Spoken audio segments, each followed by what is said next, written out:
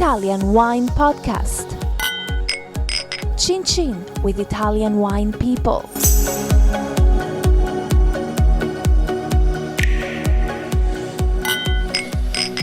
This podcast is brought to you by Native Grape Odyssey.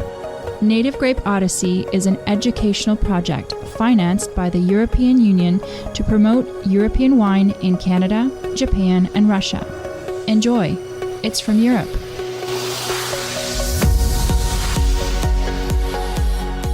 Hello, this is the Italian Wine Podcast with me, Monty Waldin. My guest today is Gérard Spatafora. Gerard, where are you from? I'll let you explain that. Well, I'm from France, from Bordeaux, and half parts from Montreal in Canada. So which was which? Dad was Canadian, Mum was Canadian? I know, my father and mum was Italian. Oh, really? So you're a mix? Yep. A hybrid? Okay, so what are you doing in Bordeaux, and how did you get there? So I'm in Bordeaux since 2006. I followed the wine MBA program at INSEC Business School. INSEC Business School. And right after, I had the chance to take the position at Millésima. It's a Bordeaux fine wine merchant, and they asked me to develop the e-commerce sales all over the world. So which year was that when you started? It was in 2007, right after the wine MBA. Okay, so at that time the internet was obviously powerful, but online retailing and selling was maybe not so strong. How has that developed? It developed really well because at that time it was not so competitive. Right, so competitive, as you said. And the business was easy because we were only selling fine wine. So the competition was not so hard on fine wine segmentation. So when you say fine wine, are we talking about just Lafite, Latour, Petrus, or are we talking about good everyday wines as well?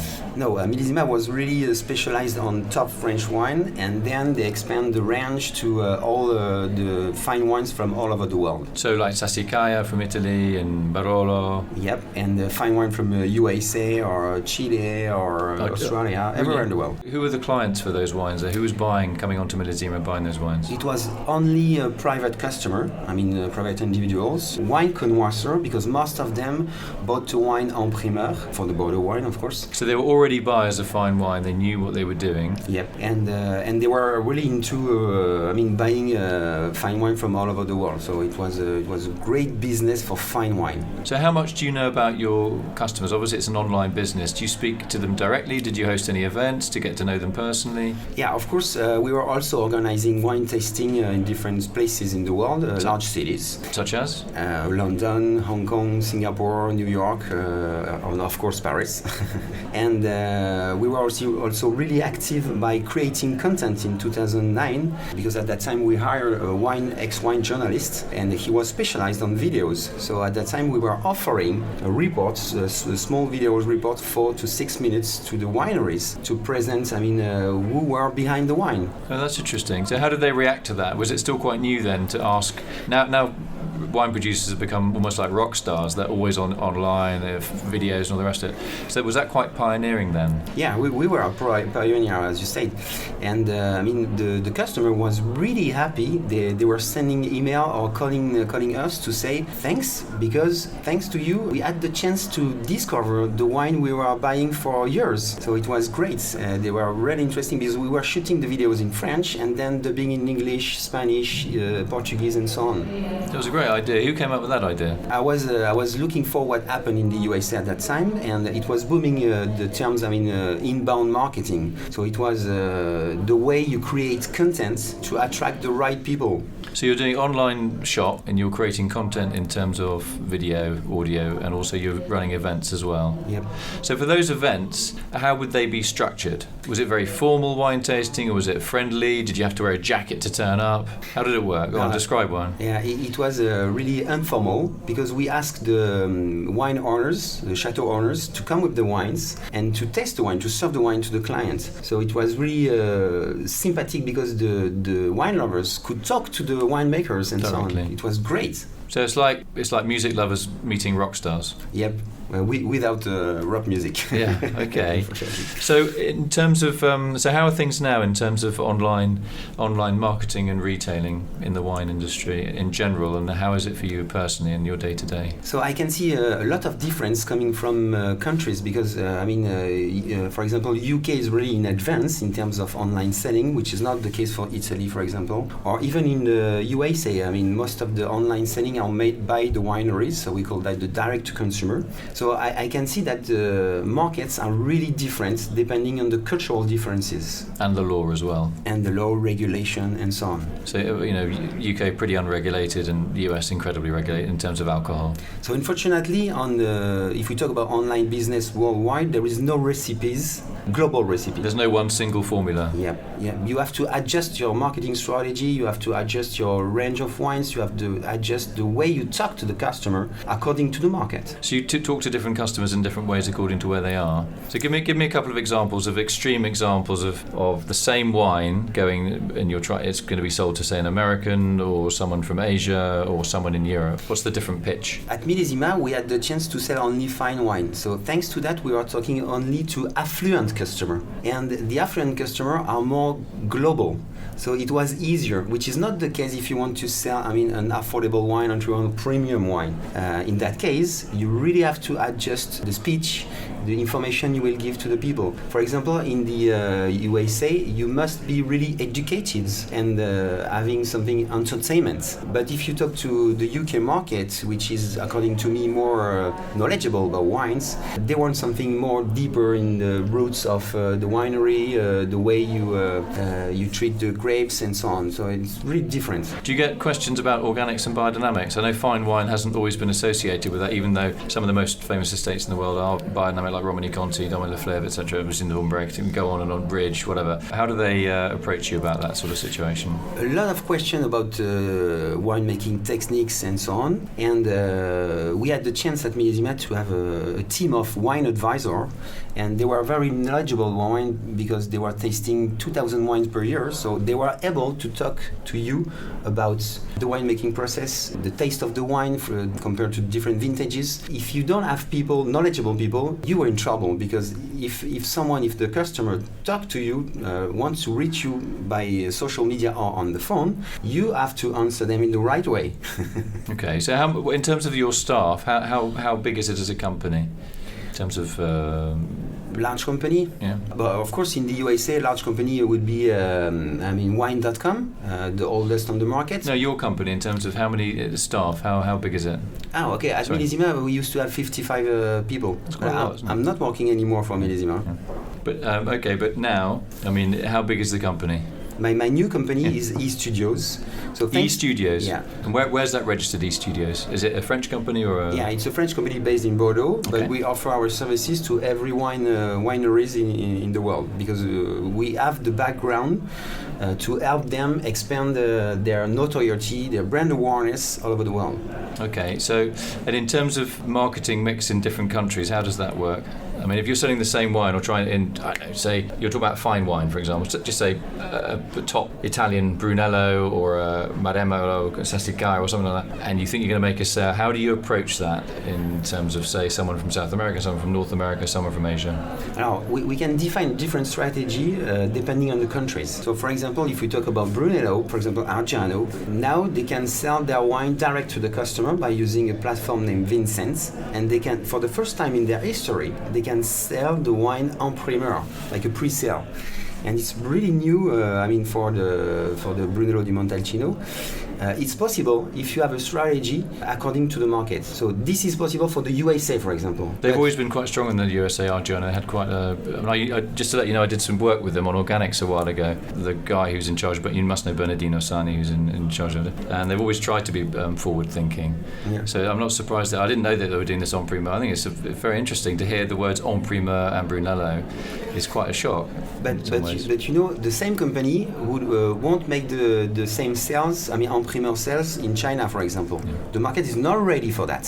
So you would have to adjust your marketing strategy by doing something different, probably pushing more videos to this market because your wine is not well known as in the USA. So you make like a video so people can familiarise themselves, see what the estate looks like and what the people are doing, and it makes them more confident when they maybe buy wine they've heard of or seen has got maybe good scores in some of the wine publications. Okay, let's give it a go. It's the first video you have to do. I mean, talking about your wineries and scores and so on, your history. And you also have to work with, KOL, key opinion leader or wine influencers, and you have to choose them in the right way because you can have some trouble. And thanks to those people, you will adjust your marketing, your messages to their audience. Right, okay, so you're almost like, you're kind of doing the winery's job a little bit for it by anticipating and saying, listen, if we do making a film and we need to show this aspect of your winery because we know that this market loves history, for example, or this market loves... I mean, what about, often in fine wine we kind of think that people don't care about organic or biodynamic farming. Is that changing? Definitely. To make sure we have the right information coming from the markets, we use big data analytics system or tools to know about what people are saying, what people are talking about in their markets, what they are looking for, kind of information. And thanks to those tools, we can come up to the winery and say, okay, on these markets, your wine is not well known, and people are really interested about knowing about organic, but it's not the same in another country. So thanks to big data tools, today it's easier to give the right answer to the right people. And in your case, the right answer means that you're connecting a potential buyer with the product that he or she not only will buy, but hopefully will enjoy and will fulfill their preconceptions, if you like, of what the brand values of that particular brand are. Of course, we like going direct, and I think it's the future. I mean, it should be in the present, but it's going to be the future. Depending on the strategy of the winery, we will adjust the strategy. So in some ways, often wine companies are a little bit backward because it's the rural and the countryside, and particularly Italy is associated maybe with having been a little bit slow off the mark in some ways online, not translating into English their websites, not great photos or whatever. Obviously, the bigger wineries, the sort of blue chip ones, would have been ahead of the game, I would have thought, in most cases. What changes do you feel that they need to make, even the top wineries, to stay ahead, talking about in terms of big data and using that as an opportunity with what they do and their public face? It's a big change for them. Of course, they can hire some really interesting people, knowledgeable people to do that kind of job, or they can hire a marketing agency. It's full of very good marketing agency now who knows about those big data tools and make great analysis to make sure you will reach the right people. Do you think there's always a risk when you're, the kind of idea of big data, that there are some people that fall through the cracks that don't fit into the sort of big data picture, and they could be maybe really, really traditional old-fashioned wine lovers that have been buying fine wine all their lives, and they actually like the idea of going online, ordering a Sassicaia, for example, arriving at their door, they're so excited, they open the box. Are they going to fall through the cracks, or will they be picked up as well in the big data matrix?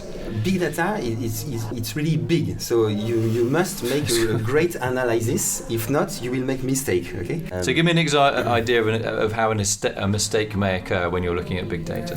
For example, if you don't go deep in the data, you can just have some information coming from superficial, professional. Yeah, okay. And sometimes there is a lot of assumption coming from the professionals, and that will push you to make mistakes. So you have to go deeper. You have to go further to listen to wine influencers, to consumer, and then you will have the right information. You have to be careful with the big data. But it sounds in one way kind of easy that you may just press a couple of different buttons, but also the more data you have, the more complicated it becomes. Exactly. Yeah. So analysis and to have people with good skill, it's really important to make it in a good way. Okay, so what's your next step?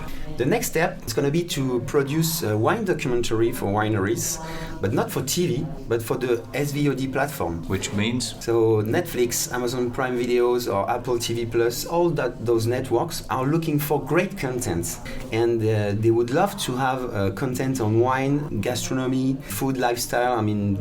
Tourism. They would love to have those kind of great content to be displayed on the SVOD platform. So your role in that would be consulting and advising on how the sunset is shot by the TV cameraman. It's actually the the bigger picture is taking a step back from that, saying, right, this is what we think appeals to these A1 whatever consumers that can afford to buy a bottle of Latour or Lafite or whatever it is. Yeah. Two of my associates are ex-wine journalists from France. One is still working with the French TV, and another one used to be the chief editor of La Revue du Vin de France. So they know about writing a screen plan, they know about shooting, they know about making something appealing to American or appealing to Chinese people. And then it's going to be easier to spread the word, to have a great large brand awareness in the market thanks to the SVOD platform. SVOD, that's quite interesting. Yeah. Okay, you sound like you've got a really fascinating job that you really enjoy. You love crunching data. You've clearly got an artistic side to you in terms of you appreciate a really well-made video, A, because it's a well-made commercial tool, but also A, because it is also beautiful to look at, as well as informing and entertaining people. Plus, the bonus is often, like us wine journalists, we take great photos, we don't get paid much money for them, we don't really earn much money for them. In your case, you've got an economic model where it allows you to do what you enjoy, and in your view, connects consumers, high value consumers, with the product that they associate to them, with quality and also with the story behind it, the romance, if you like, of wine. Alrighty, that's it. We're done, yeah? Grazie mille. Yeah, but it's really, you're the first person we've had actually that on the podcast you've got a really unique niche. Your career really, I can't really put you in a box. I can put you in about 4 different boxes, but not just one on its own. Yeah. So that's applause for you. It's canned applause, actually. No, so anyway. Thank you. I just want to say thanks very much to my guest today, Gérard Spatafora. Thanks for talking to us about connecting high-value clients with high-value wines. My pleasure. Très bien. Merci beaucoup. Au revoir. Bonne continuation. Merci. Hello, thanks for tuning into the Italian Wine Podcast. Our channels are SoundCloud, iTunes, Spotify and Himalaya FM. We're also widely available on other podcast apps. Our official website is italianwinepodcast.com, and that's all one word. If you're using iTunes, feel free to rate the podcast or write a review. Thanks. This podcast has been brought to you by Native Grape Odyssey, discovering the true essence of high-quality wine from Europe. Find out more on nativegrapeodyssey.eu. Enjoy. It's from Europe. Follow Italian Wine Podcast on Facebook and Instagram.